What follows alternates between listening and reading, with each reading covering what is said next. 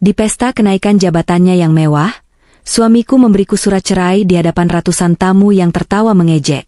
Ia tak tahu, tanda tanganku di atas kertas itu adalah pemicu kehancurannya. 1 hari kemudian, dering teleponnya terdengar begitu menyedihkan memohon pertolongan. Sebelum ceritanya dimulai, silakan tulis di kolom komentar dari daerah mana saja teman-teman yang menonton cerita ini. Jangan lupa like dan subscribe agar channel ini bisa semakin berkembang dan bisa mempersembahkan cerita yang lebih menarik lagi. Cahaya lampu kristal di ballroom hotel berbintang 5 itu terasa menyilaukan mata. Namun tidak cukup terang untuk menghangatkan hatiku yang terasa beku. Udara dingin dari pendingin ruangan menusuk kulitku yang hanya berbalut gaun lama berwarna biru tua. Ini adalah gaun yang sama yang kupakai 3 tahun lalu saat resepsi pernikahan kami yang sederhana. Di sekelilingku, wanita-wanita lain mengenakan gaun desainer terbaru, berkilauan dengan perhiasan yang mungkin harganya setara dengan biaya hidup satu keluarga selama setahun. Aku berdiri di sudut ruangan, memegang gelas sirup yang es batunya sudah lama mencair, mencoba untuk tidak terlihat mencolok.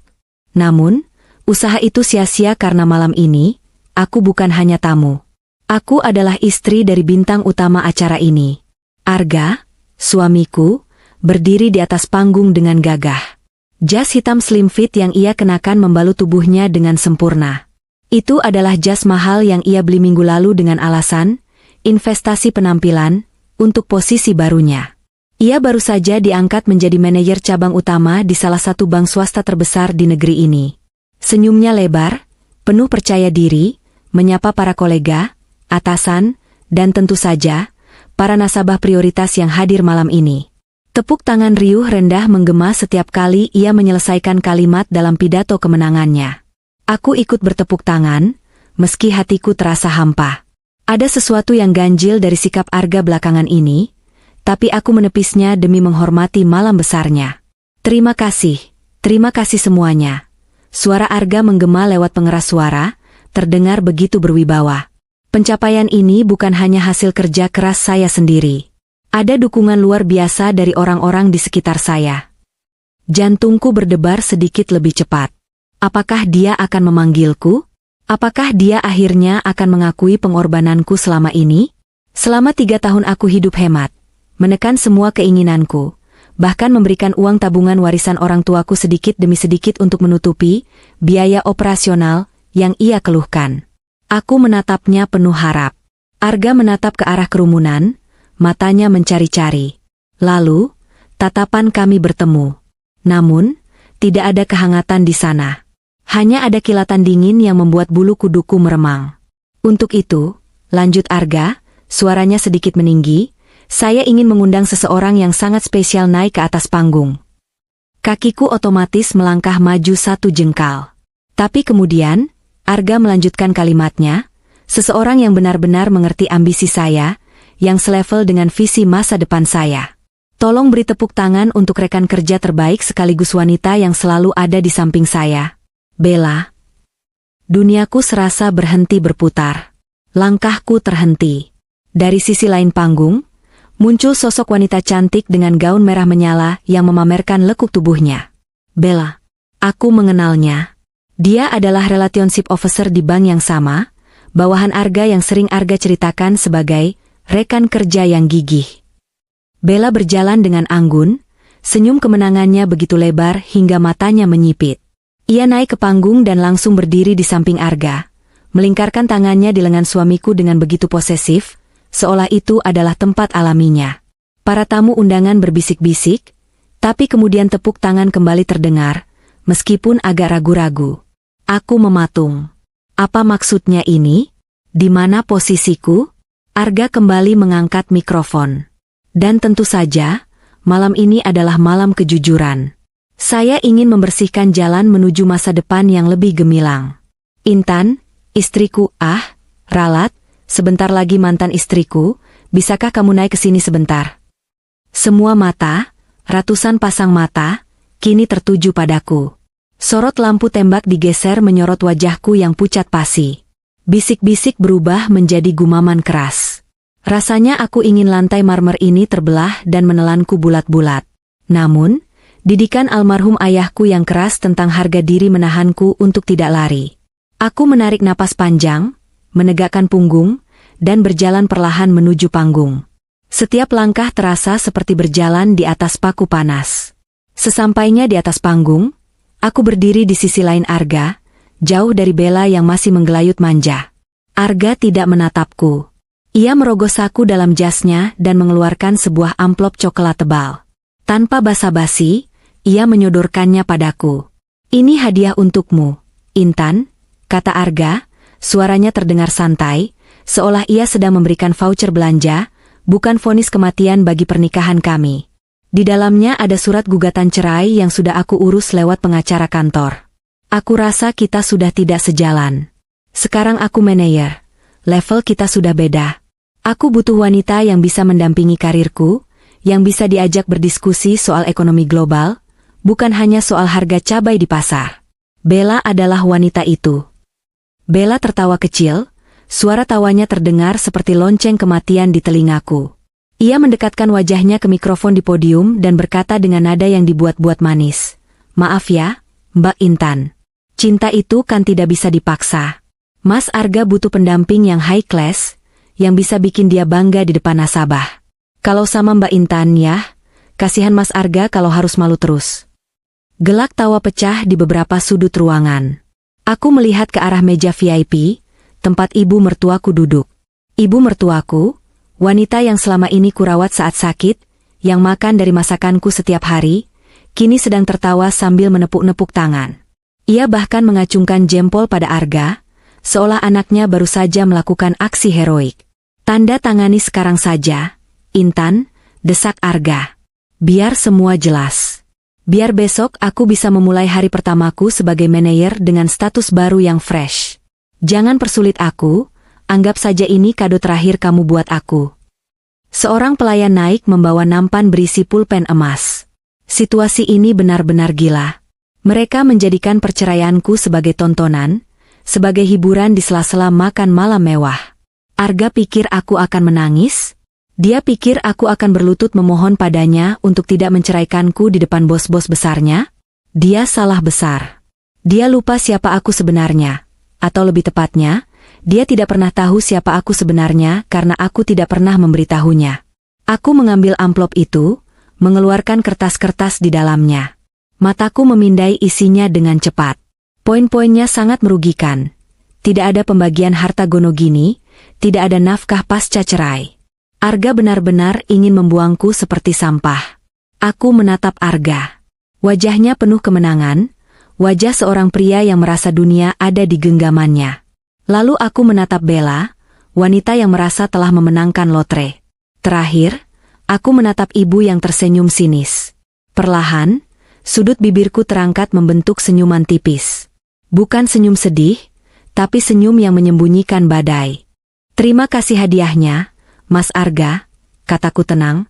Suaraku tidak bergetar sedikit pun, membuat hening sejenak ruangan itu karena mikrofon masih menyala di dekatku. "Kamu benar. Level kita memang berbeda. Sangat berbeda." Aku mengambil pulpen emas itu. Tanpa ragu, aku membubuhkan tanda tanganku di atas materai. Coretan tintaku tegas dan tajam. "Selesai," kataku sambil menutup map itu dan menyerahkannya kembali ke dada Arga dengan sedikit hentakan. "Jangan menyesal ya, Mas. Mulai detik ini, kita orang asing." Arga tertawa lepas, mengambil map itu dan mengangkatnya tinggi-tinggi seperti piala. "Bagus. Teman-teman, saksikan. Malam ini saya resmi bebas. Mari kita bersulang." Musik abid langsung dimainkan oleh DJ. Pelayan berkeliling membagikan champagne. Semua orang bersorak, melupakan keberadaanku yang masih berdiri di sana. Bella menarik Arga untuk berdansa. Ibu mertuaku sibuk memeluk teman-temannya, membanggakan keberhasilan anaknya membuang benalu. Aku membalikkan badan, menuruni tangga panggung dengan langkah yang jauh lebih ringan daripada saat aku naik. Tidak ada air mata. Yang ada hanya rasa dingin yang merambat di dadaku. Saat aku berjalan menuju pintu keluar, melewati meja-meja bundar yang penuh dengan makanan sisa, aku merogoh tas kecilku dan mengambil ponsel. Ada satu pesan yang harus segera kukirimkan. Pesan yang akan mengubah tawa mereka menjadi jeritan. Tapi untuk malam ini, biarkan mereka tertawa. Biarkan Arga merasa dia adalah raja dunia. Karena besok pagi, saat matahari terbit, dia akan sadar bahwa mahkota yang dia pakai sebenarnya adalah pinjaman dariku, dan masa pinjamannya baru saja habis. Dengan langkah gontai, dia berjalan menuju pintu keluar. Dia membuka pintu, dan angin kencang bercampur tempias hujan langsung menerpa wajahnya. Di luar, lorong apartemen terasa dingin dan asing baginya sekarang. Baru saja dia melangkah keluar, terdengar suara tring dari lift. Pintu lift terbuka. Sosok wanita parubaya dengan dandanan menor dan tas Hermes palsu melangkah keluar dengan senyum lebar. Bu Ratna. Dia datang tepat waktu, sesuai prediksiku. Dia pasti mengira akan menemukan aku yang sedang menangis diusir, dan dia siap untuk merayakan kemenangan. Tapi senyum Bu Ratna lenyap seketika saat melihat Jaka berdiri di depan pintu dengan wajah sembab dan basah kuyup oleh keringat dan air mata, tanpa membawa apa-apa. Loh? Jaka? Kok kamu di luar? Si Kirana mana? Udah pergi? Tanya Bu Ratna bingung. Aku melangkah maju, berdiri di ambang pintu, tepat di belakang Jaka. Aku tersenyum manis pada mertuaku. Halo, Bu Ratna, sapaku ramah, tapi mataku menusuk tajam. Maaf mengecewakan. Tapi sepertinya ibu salah alamat. Di sini rumah Direktur Kirana. Penampungan sampah adanya di bawah, di lobi. Wajah Bu Ratna memerah padam, sementara Jaka hanya bisa menunduk, siap menghadapi amukan dua wanita sekaligus. Pertunjukan babak kedua baru saja dimulai. 1 minggu sebelum malam pesta yang menjadi neraka sekaligus panggung kebebasanku itu, takdir bekerja dengan cara yang misterius. Hari itu adalah hari Selasa yang mendung. Hujan turun membasahi Jakarta sejak sore, menciptakan suasana yang suram di dalam rumah kontrakan kami yang sebenarnya cukup mewah untuk ukuran pasangan muda, rumah yang Arga yakini ia bayar dengan hasil keringatnya, padahal subsidi terbesarnya datang dari kantong pribadiku.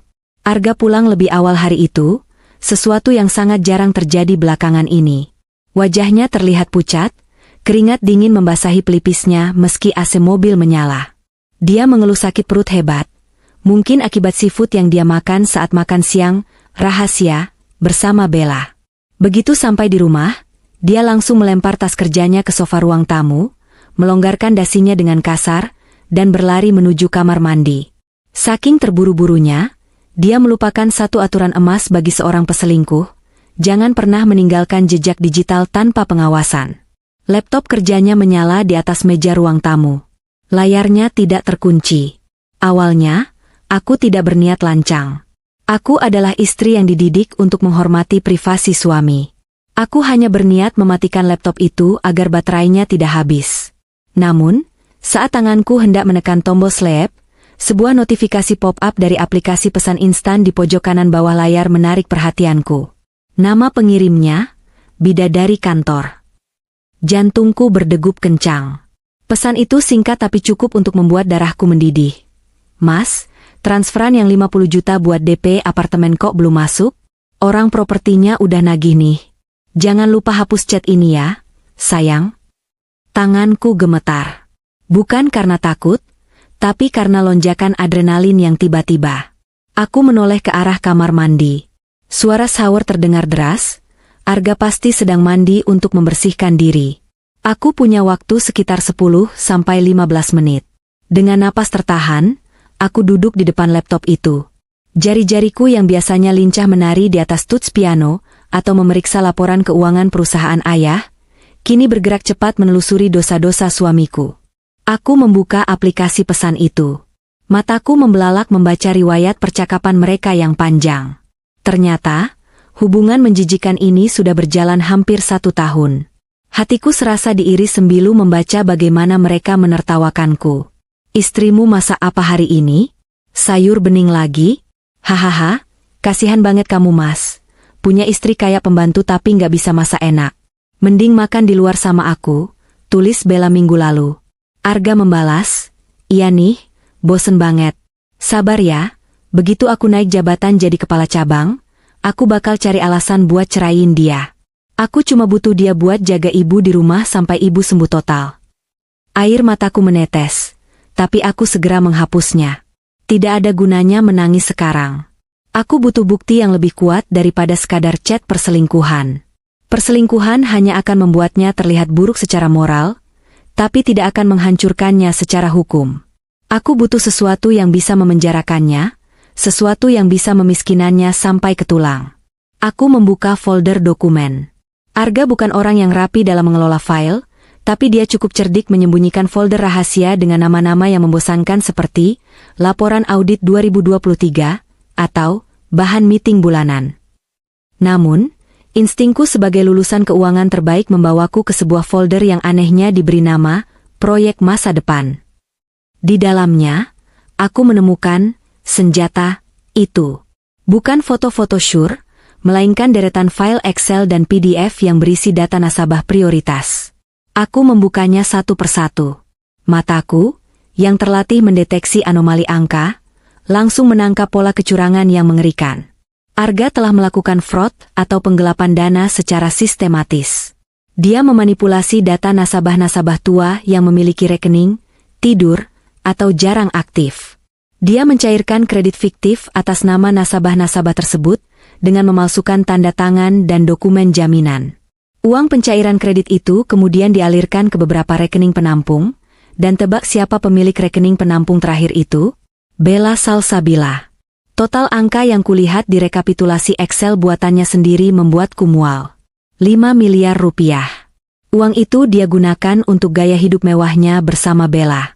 Pembelian apartemen di Jakarta Selatan, mobil baru untuk Bella, jam tangan branded untuk dirinya sendiri, dan yang paling ironis, uang itu juga yang dia rencanakan untuk membiayai pesta kenaikan jabatannya minggu depan. Lebih dalam lagi aku menggali, aku menemukan draft SK, surat keputusan, kenaikan jabatan. Saat aku membacanya dengan teliti, aku melihat kejanggalan pada nomor surat dan stempel digitalnya. Sebagai putri pemilik saham mayoritas, aku hafal betul format surat resmi yang dikeluarkan direksi. Surat yang dibanggakan Arga ini palsu. Atau lebih tepatnya, belum disetujui. Arga rupanya sedang bermain api dengan menyuap orang HRD untuk mengeluarkan draft surat itu lebih awal agar dia bisa pamer ke keluarga dan kolega, sembari berharap target kredit fiktifnya bisa menutupi syarat kenaikan jabatannya. Kau benar-benar bodoh, Arga, bisikku lirih. Dia pikir dia jenius, padahal dia sedang menggali kuburannya sendiri. Dia bermain-main di bank milik keluargaku, merampok uang nasabah untuk membiayai pelakor, dan meninggalkan buktinya di laptop yang bisa diakses istrinya. Cepat-cepat aku mengambil flash disk dari tas kerjaku. Aku selalu membawanya, dan menyalin semua folder, proyek masa depan, itu. Aku juga memotret layar percakapan mesum dan jahatnya dengan Bella menggunakan ponselku. Setiap detik terasa seperti 1 jam. Suara air di kamar mandi berhenti. Aku segera mencabut flash disk, menutup semua aplikasi, dan mengembalikan tampilan layar seperti semula. Jantungku berpacu seperti kuda pacuan. Saat pintu kamar mandi terbuka dan Arga keluar dengan handuk melilit pinggang, aku sudah duduk di sofa sambil membaca majalah lama, berusaha terlihat tenang meski tanganku dingin sedingin es. Loh, kok belum tidur, Dek? Tanya Arga sambil mengeringkan rambutnya. Wajahnya sudah terlihat lebih segar, tidak tahu bahwa istrinya baru saja memegang kunci kehancurannya. Nungguin kamu, Mas. Siapa tahu butuh dibuatkan teh hangat. Jawabku datar. Nggak usah. Aku mau langsung tidur. Capek banget ngurusin persiapan pesta minggu depan. Kamu jangan lupa siapin baju yang pantas ya. Jangan bikin malu aku di depan bos-bos besar. Ujarnya sambil lalu, tanpa menatapku, kemudian masuk ke kamar. Begitu pintu kamar tertutup, aku langsung beranjak ke teras belakang. Tanganku gemetar saat mendial nomor khusus di ponselku. Nomor yang hanya kutelepon dalam keadaan darurat. Halo, Nona Intan? Ada yang bisa saya bantu malam-malam begini? Suara berat dan berwibawa di ujung sana menjawab. Itu Pak Galih, Direktur Utama Bank, orang kepercayaan almarhum ayahku yang sudah menganggapku seperti anaknya sendiri. Pak Galih, suaraku bergetar menahan amarah. Saya butuh Bapak memeriksa aktivitas akun Arga dan Bella Salsabila besok pagi-pagi sekali. Tapi tolong, lakukan secara diam-diam. Jangan sampai alarm sistem berbunyi di komputer mereka. Ada masalah apa, Non? Apa Arga membuat ulah lagi?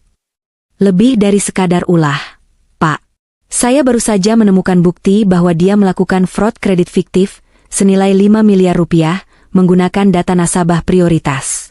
Uangnya mengalir ke rekening Bella. Hening sejenak di ujung telepon.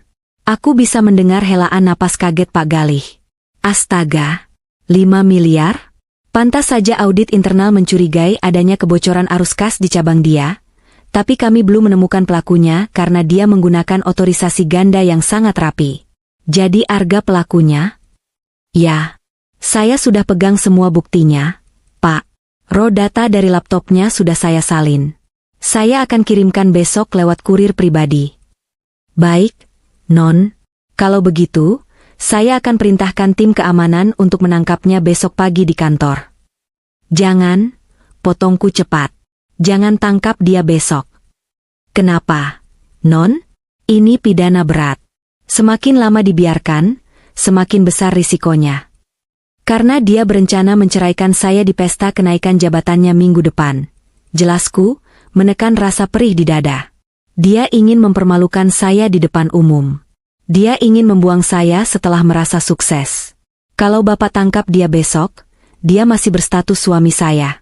Harta saya masih bisa terseret untuk ganti rugi, dan nama baik saya masih terikat dengannya. Lalu apa rencana Nona? Aku menatap langit malam yang gelap tanpa bintang. Sebuah rencana kejam terbentuk di kepalaku. Rencana yang akan memastikan Arga jatuh dari tempat yang paling tinggi ke dasar jurang yang paling dalam. Biarkan dia merasa menang, Pak. Biarkan dia mengadakan pesta itu. Biarkan dia merasa seolah-olah dia adalah raja dunia. Sahkan draft SK kenaikan jabatannya, tapi beri catatan, masa percobaan, yang tidak dia sadari. Biarkan dia menandatangani surat cerai itu di depan umum. Begitu dia resmi bukan suami saya lagi, detik itu juga, hancurkan dia. Nona yakin? Tanya Pak Galih ragu. Nona akan sakit hati melihat dia bersanding dengan wanita itu di pesta. Sakit hati saya tidak sebanding dengan kepuasan melihat wajahnya saat menyadari siapa yang sebenarnya dia lawan. Jawabku dingin. Siapkan tim audit dan polisi di hari setelah pesta. Dan satu lagi, Pak tolong siapkan berkas pengambil alihan aset. Saya ingin semua yang dia beli pakai uang curian itu disita tepat saat dia sedang di puncak kebahagiaan. Baik, Non. Perintah dilaksanakan. Sabar ya, Nona Intan. Kemenangan ada di tangan orang yang sabar. Sambungan telepon terputus. Aku menggenggam ponselku erat-erat. Malam itu, di bawah gerimis yang kembali turun, aku bersumpah. Air mataku malam ini adalah yang terakhir untuk Arga. Mulai besok, aku bukan lagi istri yang lemah. Aku adalah predator yang sedang mengintai mangsanya, menunggu saat yang tepat untuk menerkam. Arga boleh punya jabatan palsu dan wanita simpanan, tapi aku punya senjata yang akan meledakkan seluruh dunianya. Kembali ke masa kini. Mobil sedan hitamku meluncur mulus memasuki halaman mensyahan keluarga di kawasan Menteng. Jam di dashboard mobil menunjukkan pukul 10 malam. Pesta laknat itu mungkin masih berlangsung meriah. Arga dan Bella pasti sedang berdansa, dikelilingi penjilat-penjilat yang memuji kesuksesan semu mereka. Mereka tidak tahu, di belahan Jakarta yang lain, di dalam ruang kerja yang dindingnya dilapisi kayu mahoni tua, tombol peluncuran rudal sedang dipersiapkan. Aku melangkah masuk ke ruang kerja ayah yang kini menjadi ruang kerjaku. Aroma buku tua dan kopi menyambutku. Di sana, Pak Galih sudah menunggu. Pria parubaya itu berdiri saat melihatku masuk. Wajahnya menyiratkan campuran rasa hormat dan keprihatinan. Di meja kerja yang besar itu, terhampar berbagai dokumen, laporan audit, surat penyitaan aset, dan layar laptop yang menampilkan grafik perbankan real time. Bagaimana pestanya, Non? Tanya Pak Galih hati-hati. Aku meletakkan tas tanganku di meja, lalu duduk di kursi kebesaran ayah. Rasanya pas. Jauh lebih pas daripada kursi plastik di barisan belakang pesta Arga tadi. Sesuai prediksi, Pak. Dia memberikan surat cerai itu sebagai hadiah. Sangat dramatis. Dia bahkan mengizinkan Bella menghina saya lewat mikrofon. Pak Galih menggelengkan kepala, rahangnya mengeras. Kurang ajar. Dia benar-benar tidak tahu dengan siapa dia berurusan. Bapakmu pasti sedang murka di alam sana melihat putrinya diperlakukan seperti ini. Tenang saja, Kemarahan ayah ada dalam tindakan saya malam ini, kataku sambil menarik napas panjang, menetralkan emosi. Apa status hukum surat cerai tadi? Pengacara kita sudah memprosesnya secara kilat. Karena ditandatangani di atas materai dan disaksikan ratusan orang, ditambah bukti video yang direkam agen kita di lokasi, secara de facto Nona sudah menyatakan persetujuan. Besok pagi-pagi sekali berkas akan masuk pengadilan agama untuk legalisasi formal. Artinya, per detik ini, Nona sudah aman dari segala kewajiban hukum atas utang atau pidana yang dilakukan saudara Arga. Bagus, gumamku. Senyum dingin tersungging di bibirku. Sekarang, mari kita bicara soal uang. Arga merasa dia kaya raya. Dia merasa dia yang membayar tagihan hotel malam ini. Dia merasa unlimited card hitam yang ada di dompetnya adalah fasilitas dari jabatannya sebagai manajer. Pak Galih tertawa kecil, tawa yang kering. Itulah bodohnya dia. Dia tidak pernah curiga kenapa limit kartunya tidak pernah habis. Padahal gaji manajer bank sebesar apapun pasti ada batasnya. Dia tidak tahu bahwa kartu itu adalah supplementary card dari akun Centurion milik Nona Intan sendiri. Ya, itu adalah rahasia kecil lainnya. Dulu, karena kasihan melihat Arga yang selalu insecure dengan teman-temannya yang kaya, aku membuatkan kartu kredit tambahan dari akun utamaku. Aku mencetak namanya di kartu itu, tapi tagihannya masuk rekening pribadiku, rekening warisan yang dia tidak tahu. Aku membiarkan dia berpikir itu adalah bonus performa dari bank. Kebodohan dan kesombongannya membuatnya tidak pernah mengecek detail tagihan. Berapa estimasi tagihan pesta malam ini? Tanyaku sambil membuka laptop di hadapanku, masuk ke sistem perbankan dengan akses super admin yang hanya dimiliki pemegang saham utama. Laporan dari hotel, mereka memesan paket Diamond Plus tambahan champagne impor. Estimasi sekitar 250 juta rupiah. Mereka berencana check out besok siang. 250 juta. Aku mengetuk-ngetukkan jari di meja. Angka yang fantastis untuk merayakan kehancuran sendiri. Baiklah, Pak Galih, jam berapa sistem clearing kartu kredit berjalan? Pukul 00 malam ini, Non. Aku melirik jam dinding. Pukul 23.45. Masih ada 15 menit. Matikan perintahku. Blokir kartunya tepat pukul 001. Jangan cuma diblokir. Buat statusnya lost stolen, agar pihak hotel wajib menyita visi kartunya saat dia mencoba bayar. Siap, laksanakan. Pak Galih mengetik sesuatu di laptopnya, mengirim perintah ke tim IT pusat. Selanjutnya, rumah, lanjutku. Rumah di kawasan elit Bintaro yang ditempati Arga dan ibunya. Arga selalu membanggakan rumah itu sebagai hasil jerih payahnya mencicil. Padahal, rumah itu adalah aset properti milik anak perusahaan holding keluargaku.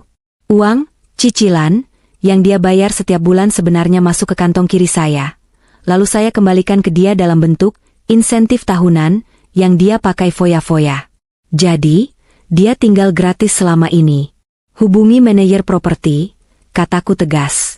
Katakan bahwa penyewa atas nama Arga telah melanggar kontrak integritas. Fasilitas perumahan dinas dicabut. Beri waktu 1x24 jam untuk pengosongan. Ganti kode akses pintu gerbang klaster besok siang. Saya tidak mau dia bisa masuk ke sana setelah dia ditendang dari hotel. Dan mobilnya? Tanya Pak Galih. Pajero Sport yang dia bawa. Itu leasing atas nama kantor. Kan? Tarik. Bilang saja karena dia sedang dalam investigasi fraud, semua fasilitas kendaraan dinas dibekukan. Biarkan dia pulang naik ojek, online, tunggu. Dia tidak akan bisa pesan ojek online karena semua akun e-wallet dan rekening gajinya juga akan kita bekukan besok pagi, kan? Betul, Non. Begitu surat perintah penyidikan turun jam 8 pagi, semua aset likuid atas namanya akan dibekukan oleh bank. Aku bersandar di kursi, membayangkan skenarionya. Besok pagi, Arga akan bangun dengan kepala pening sisa mabuk. Dia akan mencoba membayar hotel dengan gaya sombongnya, tapi kartunya akan ditolak. Dia akan mencoba kartu lain, kartu Bella mungkin, tapi Bella juga akan dibekukan rekeningnya karena terlibat pencucian uang. Mereka akan panik.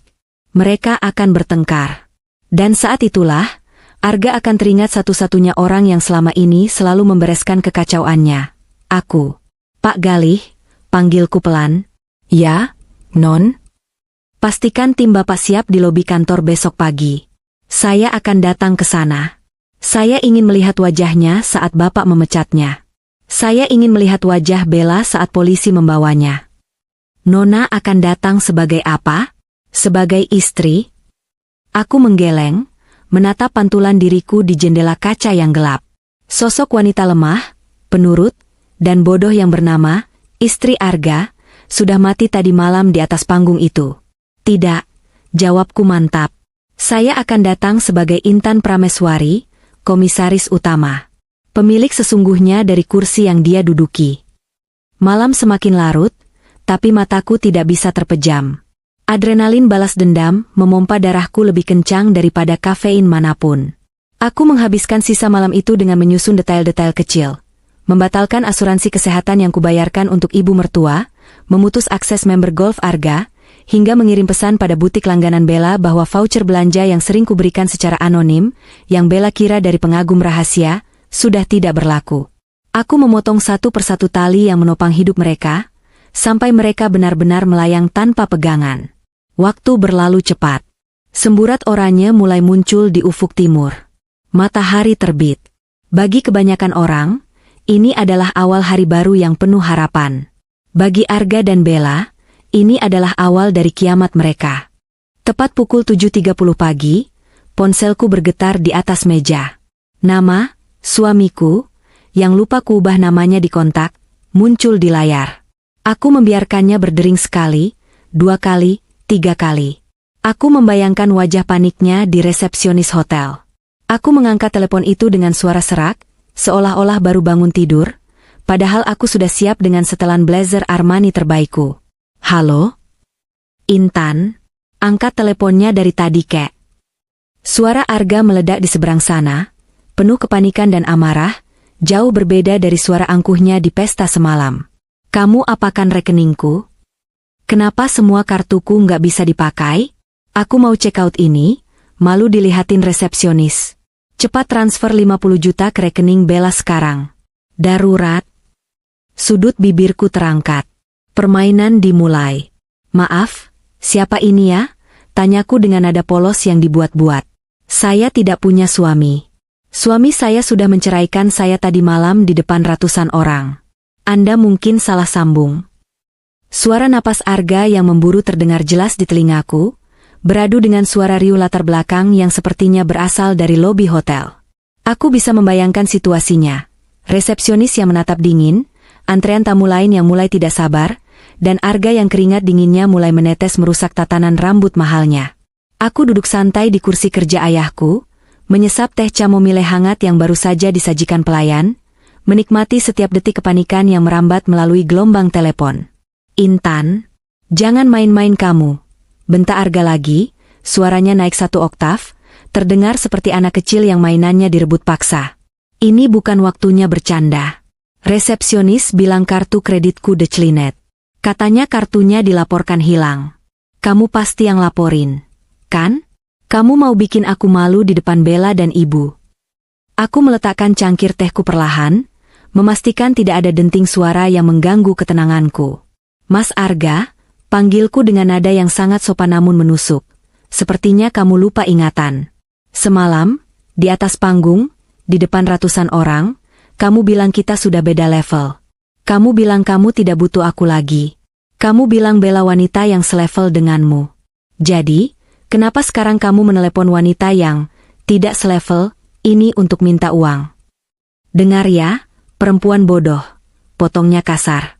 Harta Gonogini belum dibagi. Uang di rekening itu hak aku juga sebagai suami. Cepat buka blokirnya atau aku tuntut kamu karena penelantaran. Aku tertawa kecil, tawa yang benar-benar geli. Harta Gonogini? Mas, coba kamu ingat-ingat lagi. Rekening yang kamu pakai selama ini, kartu hitam yang kamu banggakan itu, atas nama siapa? Atas namaku, Mas. Itu rekening warisan ayahku. Kamu hanya pemegang kartu tambahan. Selama ini aku diam saja kamu pakai buat beli jas, jam tangan, bahkan traktir selingkuhanmu, karena aku istri yang berbakti. Tapi begitu kamu tanda tangani surat cerai itu, statusmu berubah dari suami menjadi orang asing. Fasilitas untuk suami otomatis dicabut.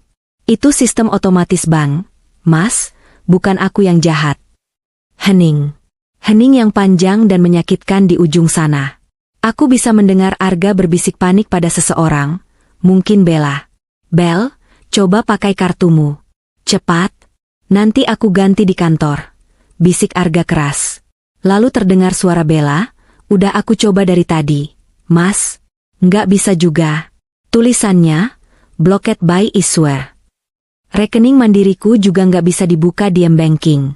Katanya ada verifikasi keamanan. Gimana ini? Orang hotel udah ngeliatin kita kayak maling. Aku tersenyum puas. Pak Gali bekerja dengan sangat cepat. Pembekuan aset Bella karena indikasi pencucian uang ternyata sudah aktif. Halo? Mas Arga? Panggilku lagi, memecah kepanikan mereka. Gimana? Wanita selevelmu itu bisa bayar tidak? Katanya dia manajer sukses. Masa bayar tagihan hotel 200 juta saja tidak mampu?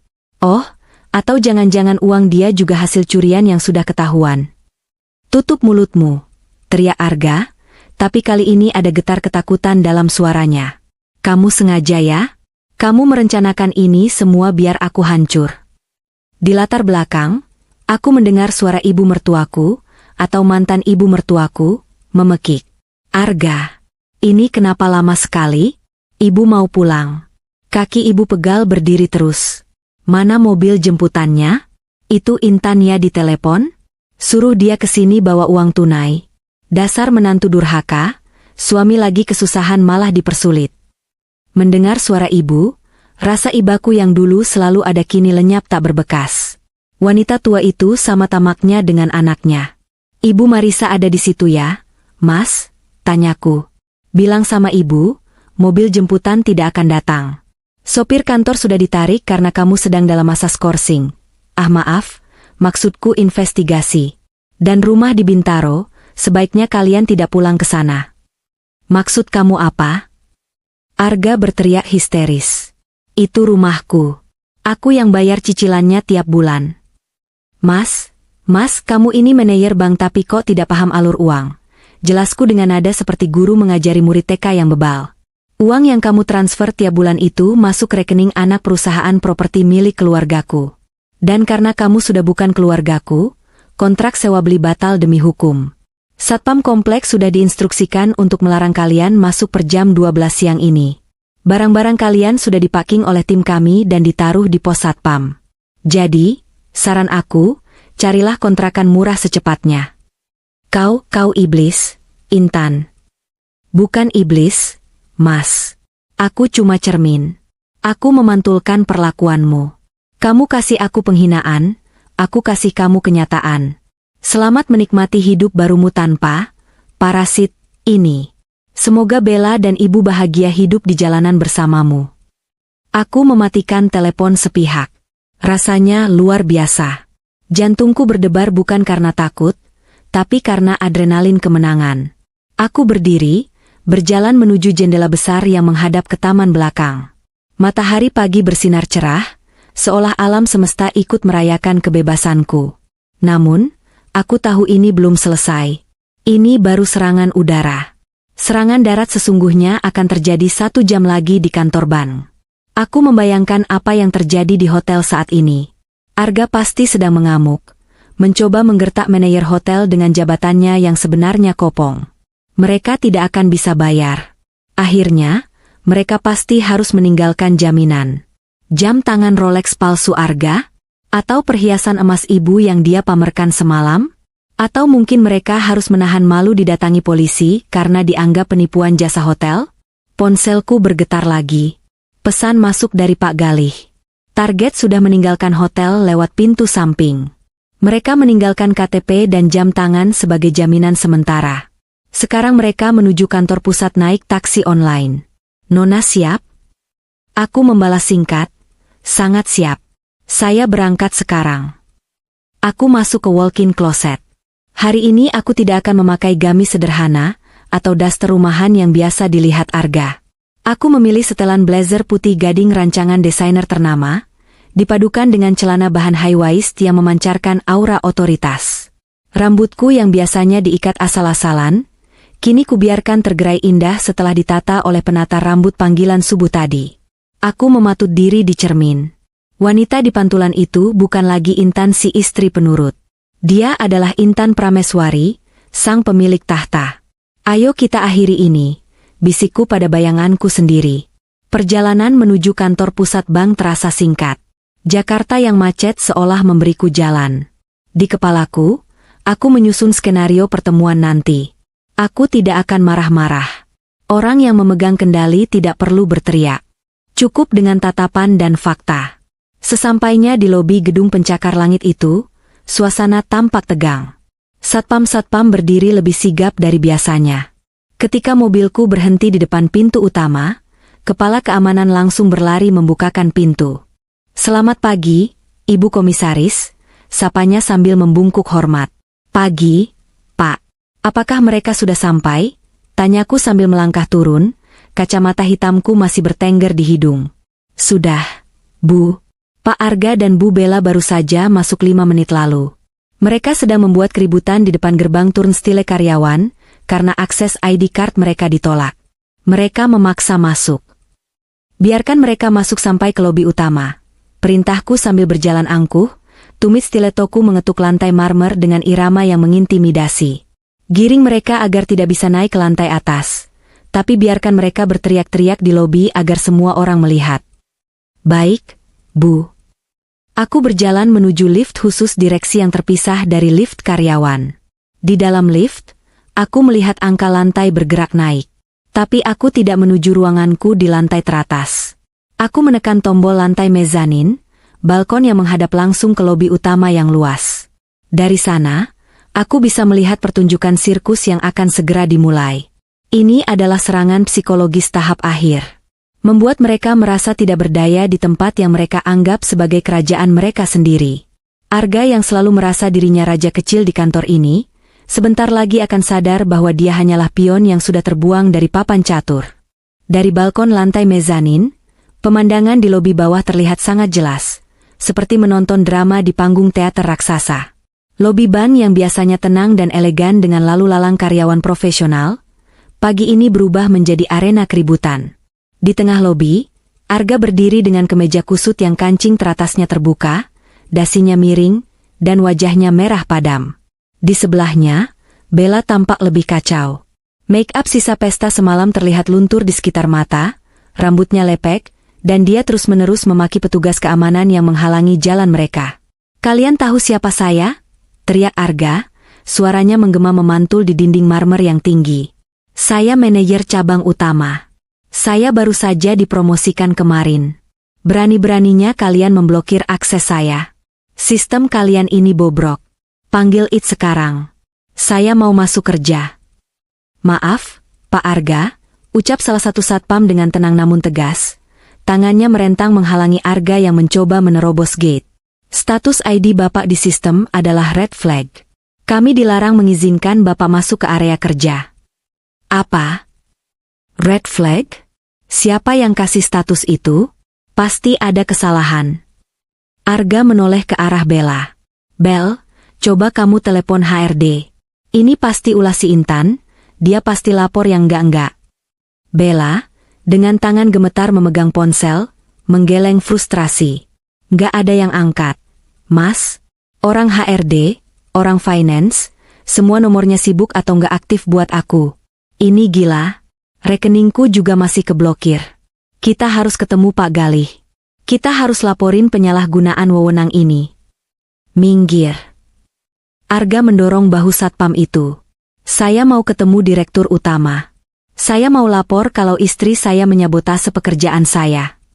Saat itulah, aku memberi isyarat pada Pak Galih yang berdiri di sampingku di lantai mezanin. Pak Galih mengangguk, lalu mencondongkan tubuhnya sedikit ke pagar balkon dan berseru dengan suara baritonnya yang menggelegar tanpa perlu mikrofon. "Tidak perlu mencari saya ke atas, Saudara Arga. Saya ada di sini." Suara Pak Galih membuat seluruh lobi hening seketika. Karyawan yang sedang lalu lalang berhenti. Nasabah yang sedang antre menoleh. Arga dan Bella mendongak kaget. Mata mereka membelalak melihat direktur utama berdiri di balkon atas. Dan sedetik kemudian, pandangan mereka beralih ke sosok di sebelah Pak Galih. Aku melangkah maju, berdiri tepat di samping Pak Galih. Aku membuka kacamata hitamku perlahan, menatap lurus ke arah Arga di bawah sana. Jarak kami mungkin 10 meter secara vertikal, tapi rasanya seperti aku sedang menatapnya dari langit. "Intan," gumam Arga, suaranya terdengar sampai ke atas karena saking heningnya lobi itu. "Ngapain kamu di sana? Turun kamu. Jangan bikin malu aku di kantor." Aku tidak menjawab. Aku hanya menoleh ke Pak Galih. "Silakan, Pak." Pak Galih memberi kode tangan. 2 orang staf audit membawa tumpukan kardus berisi berkas dan meletakkannya di meja resepsionis di lobi bawah, tepat di depan Arga. Lalu, layar LED raksasa di dinding lobi yang biasanya menampilkan kurs mata uang dan iklan bank, tiba-tiba berubah tampilan. Layar itu kini menampilkan sebuah bagan alur dana yang sangat rumit namun jelas. Di tengah bagan itu, ada foto Arga dan Bella. "Saudara Arga," suara Pak Galih bergema lagi, kali ini dia menggunakan mikrofon portabel yang disodorkan asistennya. "Anda berteriak menanyakan kenapa sistem menolak Anda? Jawabannya ada di layar belakang Anda." Arga dan Bella berbalik. Wajah mereka pucat pasi melihat rincian transaksi yang terpampang jelas di layar raksasa. Dugaan fraud kredit fiktif, 5.200.000.000 rupiah. Penerima aliran dana, Bella Salsabila. Modus, pemalsuan data nasabah prioritas, lansia. Ini fitnah," teriak Bella histeris, tapi suaranya tidak lagi memiliki kekuatan. Kakinya tampak lemas. "Fitnah?" Pak Galih terkekeh sinis. "Kami punya bukti digital dari laptop saudara Arga yang diserahkan oleh narasumber terpercaya. Jejak digital transfer, chat konspirasi kalian, hingga draft SK palsu yang Anda buat sendiri, saudara Arga. Semuanya lengkap." Arga mundur selangkah, menabrak meja resepsionis. Dia menatapku lagi di atas balkon dengan tatapan tidak percaya. "Intan, kamu yang kasih ini semua? Kamu menjebak suamimu sendiri?" Akhirnya, aku mengambil mikrofon dari tangan Pak Galih. Suaraku tenang, jernih, dan dingin. "Mantan suami, Arga. Koreksi sedikit," ucapku. "Dan saya tidak menjebakmu. Saya hanya menyelamatkan ban milik keluarga saya dari tikus berdasi sepertimu." Kalimat itu seperti petir di siang bolong. Arga melongo. "Milik keluargamu? Maksudmu apa? Kamu cuma anak yatim piatu yang hidup dari warisan kecil."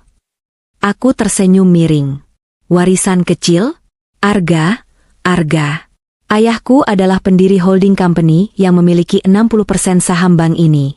Saya, Intan Prameswari, adalah pewaris tunggal sekaligus komisaris utama yang baru, menggantikan posisi almarhum ayah. Selama ini saya memilih diam, hidup sederhana, karena saya ingin tahu apakah kamu mencintai saya atau uang saya. Dan jawabannya sudah sangat jelas tadi malam." Lobi menjadi riuh dengan bisik-bisik karyawan. Mereka menatapku dengan kagum dan takut, lalu menatap Arga dengan jijik. "Jadi?" Arga tergagap, lututnya benar-benar gemetar sekarang. "Jadi selama ini, rumah itu, mobil itu, kartu kredit itu, semuanya milikku," potongku tajam. "Jabatanmu yang dulu juga karena rekomendasiku secara diam-diam agar kamu tidak merasa rendah diri. Tapi bukannya bersyukur, kamu malah menginjak kepalaku. Kamu selingkuh dengan uangku. Kamu menghina aku di pesta yang dibayar dengan uangku. Sekarang, pestanya sudah usai." Aku menunjuk ke arah pintu masuk. Sirene mobil polisi terdengar mendekat, meraung-raung di depan lobi. "Itu jemputan kalian yang sebenarnya," kataku final. Beberapa petugas kepolisian berseragam lengkap masuk ke lobi, didampingi oleh tim legal bank. Mereka langsung menghampiri Arga dan Bella. "Saudara Arga dan saudari Bella," ucap salah satu polisi sambil mengeluarkan borgol. "Kami membawa surat penangkapan atas dugaan penggelapan dana nasabah, pemalsuan dokumen, dan pencucian uang. Anda berhak diam, tapi segala yang Anda katakan akan kami gunakan di pengadilan." Bella menjerit histeris saat tangan halusnya ditarik kasar dan diborgol. Mas Arga, tolong aku. Katanya kamu bakal lindungin aku. Kamu bilang istri kamu bodoh. Kenapa jadi begini? Arga tidak bisa menjawab. Dia menatapku dengan tatapan kosong. Tatapan seseorang yang baru sadar bahwa dia telah membuang berlian demi memungut pecahan kaca, dan pecahan kaca itu kini melukai tangannya sendiri. Dia tidak melawan saat polisi memborgol tangannya. Egonya sudah hancur lebur sebelum hukum menyentuhnya. Bawa mereka, perintahku dingin dari atas balkon. Saat mereka diseret keluar melewati kerumunan karyawan yang memotret kejadian itu dengan ponsel mereka, Arga sempat menoleh ke atas sekali lagi. Matanya basah. Mulutnya bergerak mengucapkan kata, maaf. Aku hanya memalingkan wajah. Maaf tidak bisa mengembalikan 3 tahun hidupku yang sia-sia. Maaf tidak bisa menghapus penghinaan di panggung semalam. Pertunjukan selesai, kataku pada Pak Galih. Ayo kita rapat direksi, Pak. Kita harus bersihkan sisa-sisa kotoran yang ditinggalkan mereka di sistem ban. Siap, Bu Komisaris, jawab Pak Galih dengan senyum bangga. Aku berbalik meninggalkan balkon, melangkah menuju ruang rapat dengan kepala tegak. Di luar sana, Arga dan Bella sedang menuju sel penjara yang dingin. Di sini, aku melangkah menuju masa depanku yang cerah. Sendirian, tapi berkuasa penuh. Urusan di kantor pusat bank telah selesai dengan kemenangan telak di tanganku. Arga dan Bella sudah diamankan pihak berwajib, dan tim audit sedang bekerja keras membersihkan kekacauan yang mereka buat. Namun, masih ada satu duri lagi yang harus dicabut agar pembersihan ini sempurna. Duri itu bernama Ibu Marisa. Aku tidak langsung pulang ke Menteng. Aku meminta sopir pribadiku mengarahkan mobil ke kawasan perumahan elit di Bintaro, tempat di mana selama 3 tahun terakhir aku diperlakukan layaknya pembantu gratisan. Arga dan Bella mungkin sudah hancur di ranah profesional dan hukum, tapi Ibu Marisa harus menerima pelajaran di ranah sosial, satu-satunya hal yang dia pedulikan dalam hidupnya. Saat mobilku memasuki klaster perumahan, aku melihat pemandangan yang menggelikan sekaligus menyedihkan. Di halaman rumah, yang secara teknis adalah milik perusahaanku, tampak ramai. Tenda kecil terpasang, kursi-kursi plastik berjejer, dan aroma masakan tercium sampai ke jalan. Rupanya, Ibu Marisa sedang mengadakan syukuran dadakan. Dia mengundang tetangga-tetangga klaster, mungkin teman-teman arisannya, untuk memamerkan kesuksesan anaknya. Aku meminta sopir memarkir mobil tepat di depan pagar, memblokir akses jalan masuk. Kaca mobil yang gelap membuat mereka tidak bisa melihat siapa di dalam. Tapi kehadiran mobil sedan mewah seharga miliaran rupiah, tentu menarik perhatian ibu-ibu yang sedang asyik makan kue lumpur itu. Aku turun dari mobil. Kali ini aku tidak melepaskan kacamata hitamku, dan blazer putihku masih tampak sempurna tanpa celah. Loh, Intan? Ibu Marisa yang sedang berdiri memegang piring berisi rendang tampak terkejut. Dia langsung memasang wajah garang, berjalan tergopoh-gopoh menghampiriku di depan pagar. Ngapain kamu kesini? Semburnya, suaranya cukup keras hingga membuat ibu-ibu tetangga menoleh. Mau minta maaf? Mau ngemis biar nggak dicerain Arga? Telat. Arga itu sudah jadi manajer. Dia sudah sama Bella yang jauh lebih terhormat dari kamu. Sana pergi. Jangan bikin malu saya di depan tamu-tamu terhormat. Tetangga-tetangga mulai berbisik-bisik. Itu istrinya Pak Arga yang mau dicerai ya? Bisik salah satu dari mereka yang bisa kudengar jelas. Kasihan ya, padahal cantik. Cantik tapi nggak modal buat apa, Bu? Sahut Ibu Marisa keras-keras, sengaja memprovokasi. Perempuan itu harusnya bisa bantu suami, bukan cuma numpang hidup. Untung anak saya sadar dan milih Bella.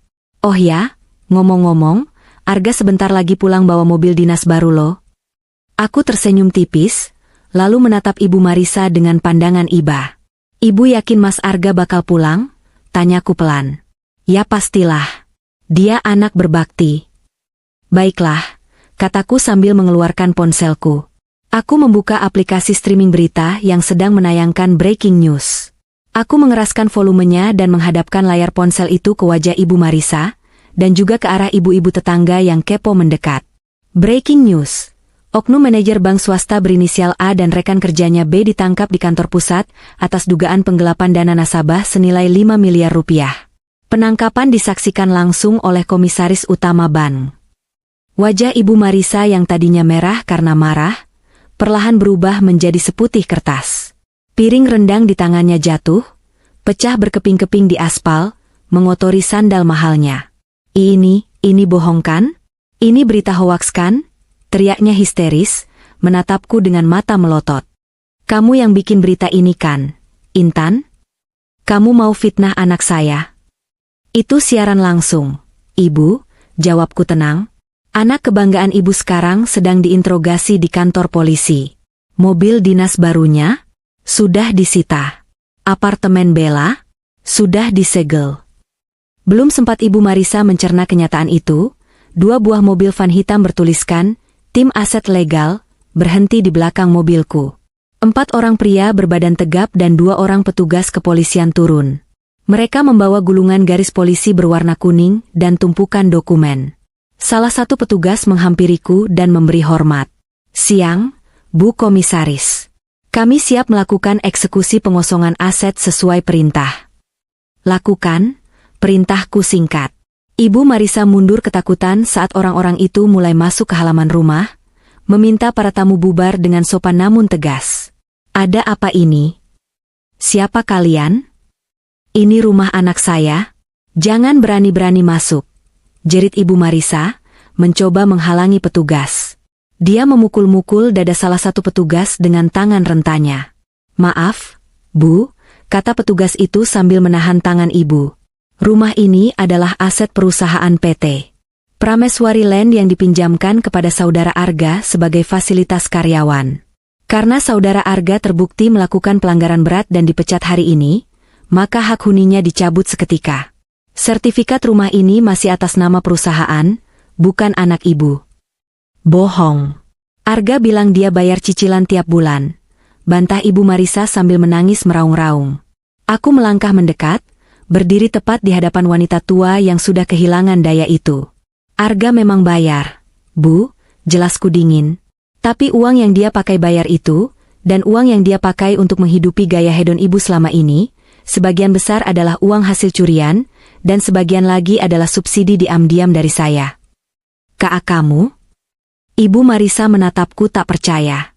"Ya, saya pemilik perusahaan properti ini. Saya yang kasih diskon 90% supaya Arga merasa mampu beli rumah ini. Saya yang kasih kartu kredit unlimited supaya ibu bisa belanja tas branded dan pamer ke tetangga. Saya, Intan, menantu yang ibu sebut parasit dan tidak berguna." Para tetangga yang belum pulang kini menonton dengan mulut menganga. Bisik-bisik berubah menjadi cibiran terang-terangan yang ditujukan pada Ibu Marisa. Astaga, jadi selama ini Bu Marisa gaya pakai uang mantunya. Duh, malunya, udah ngehina, ternyata numpang hidup sama yang dihina. Anaknya koruptor, ibunya sombong. Karma itu instan ya. Suara-suara itu seperti tamparan bertubi-tubi di wajah Ibu Marisa. Dia melihat sekeliling, mencari pembelaan, tapi tidak ada satupun wajah simpati. Teman-teman arisannya mundur menjauh, seolah kemiskinan dan aib Ibu Marisa adalah penyakit menular. Urusan di kantor pusat bank telah selesai dengan kemenangan telak di tanganku.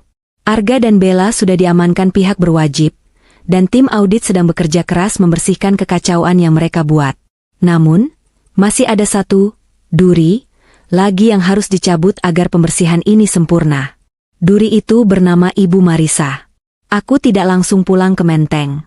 Aku meminta sopir pribadiku mengarahkan mobil ke kawasan perumahan elit di Bintaro, tempat di mana selama 3 tahun terakhir aku diperlakukan layaknya pembantu gratisan. Arga dan Bella mungkin sudah hancur di ranah profesional dan hukum, tapi Ibu Marisa harus menerima pelajaran di ranah sosial, satu-satunya hal yang dia pedulikan dalam hidupnya. Saat mobilku memasuki klaster perumahan, aku melihat pemandangan yang menggelikan sekaligus menyedihkan.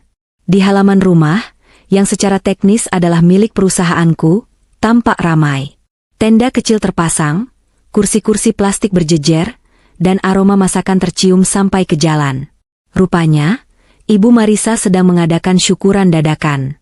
Dia mengundang tetangga-tetangga klaster, mungkin teman-teman arisannya, untuk memamerkan kesuksesan anaknya.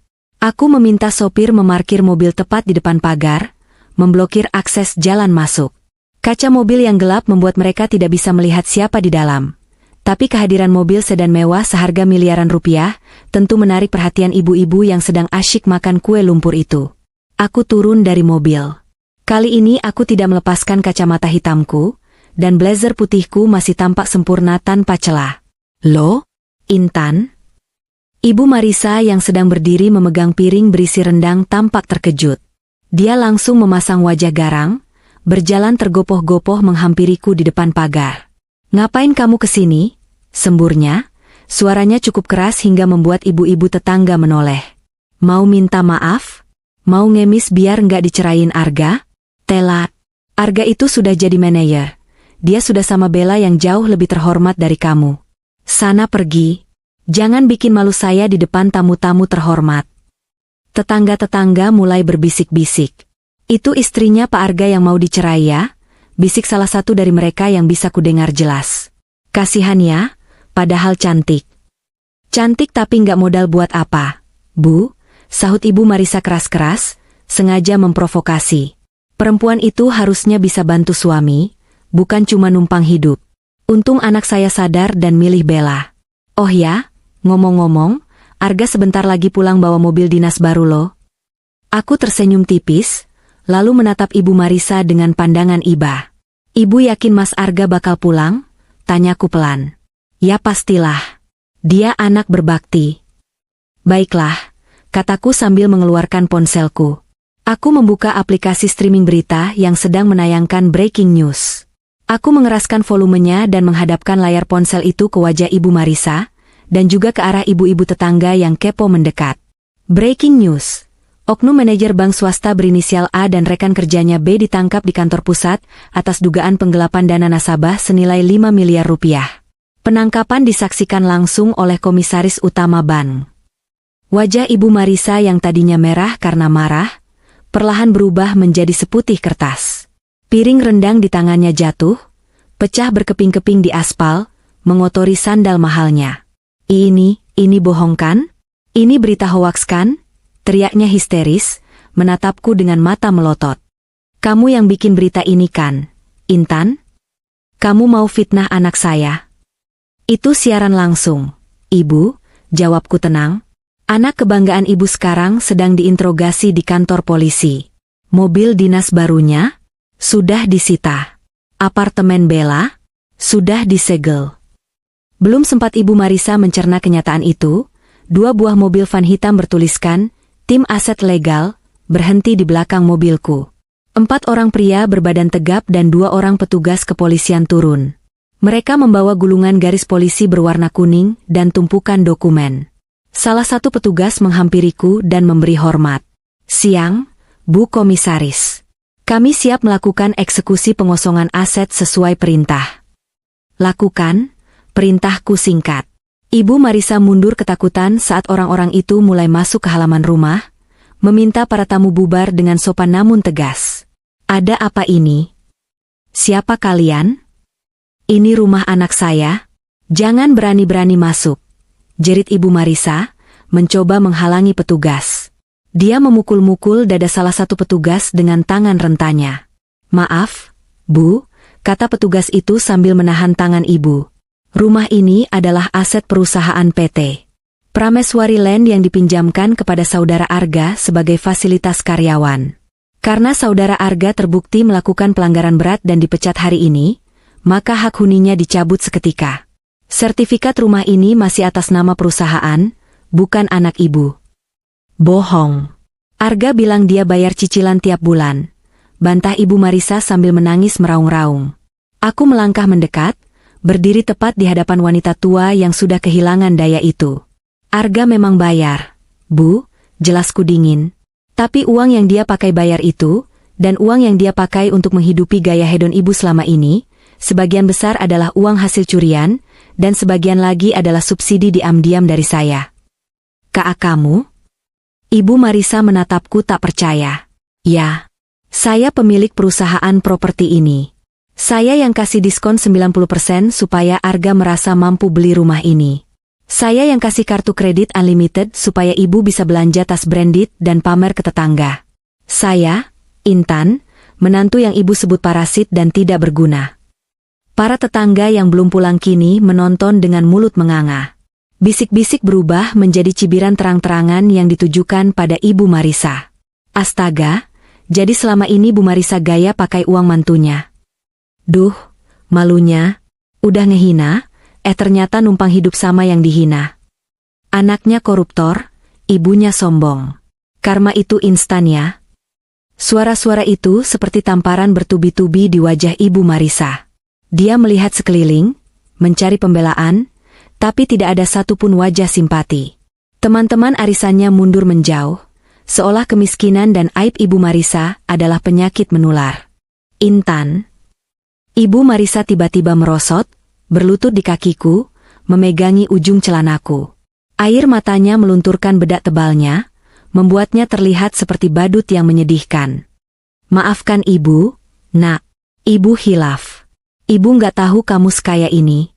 Tolong jangan usir ibu. Ibu mau tinggal di mana? Arga di penjara? Ibu sebatang kara?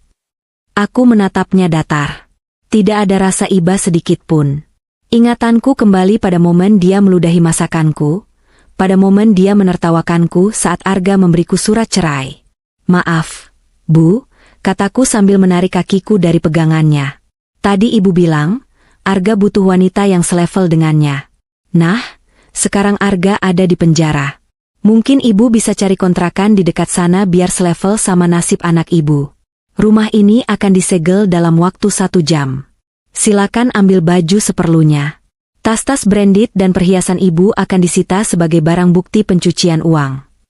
Aku berbalik, meninggalkan Ibu Marisa yang meraung-raung memanggil namaku di aspal panas. Petugas mulai memasang garis polisi melintang di pintu utama. Para tetangga sibuk merekam kejadian itu dengan ponsel mereka. Besok, wajah Ibu Marisa akan viral sebagai ibu koruptor yang diusir menantu sultan. Aku masuk kembali ke mobilku yang sejuk. Jalan, Pak, perintahku pada sopir. Kita pulang ke rumah yang sebenarnya. Saat mobil melaju menjauh, aku tidak menoleh ke belakang. Bagiku, rumah itu sudah menjadi masa lalu yang hangus terbakar. Aku telah membakar jembatan di belakangku, dan cahaya apinya menerangi jalan masa depanku yang luas terbentang. 6 bulan kemudian, udara dingin pegunungan Alpen menusuk lembut pipiku, tapi kali ini rasanya menyegarkan, bukan membekukan hati.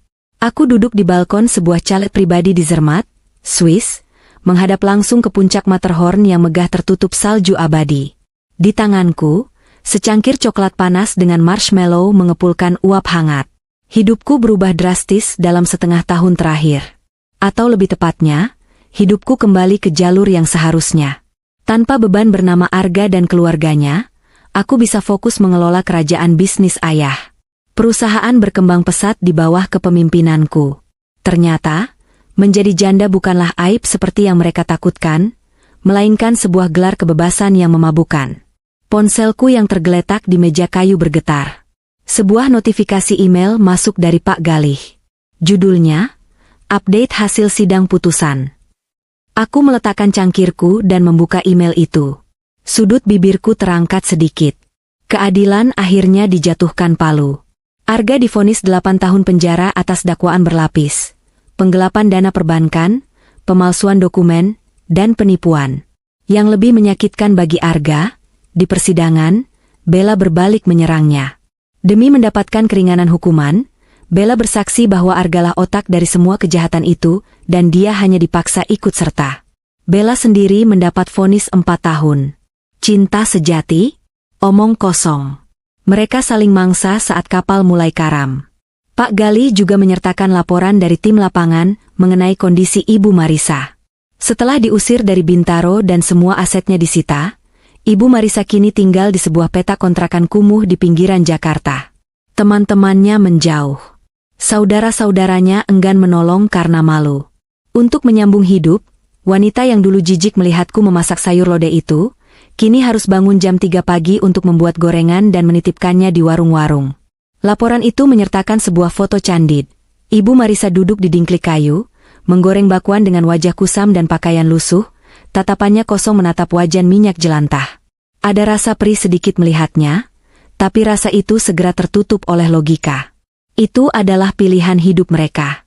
Mereka memilih keserakahan, dan sekarang mereka menuai badainya.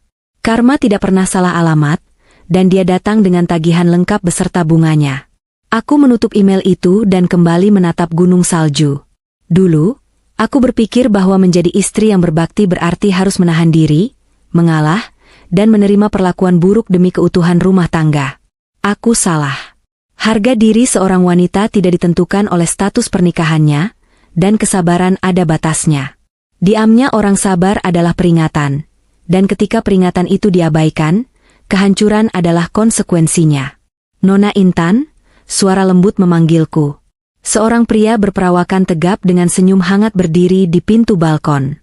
Itu Adrian, mitra bisnis baruku dari Zurich yang selama seminggu ini menemaniku berkeliling Eropa membahas ekspansi bank.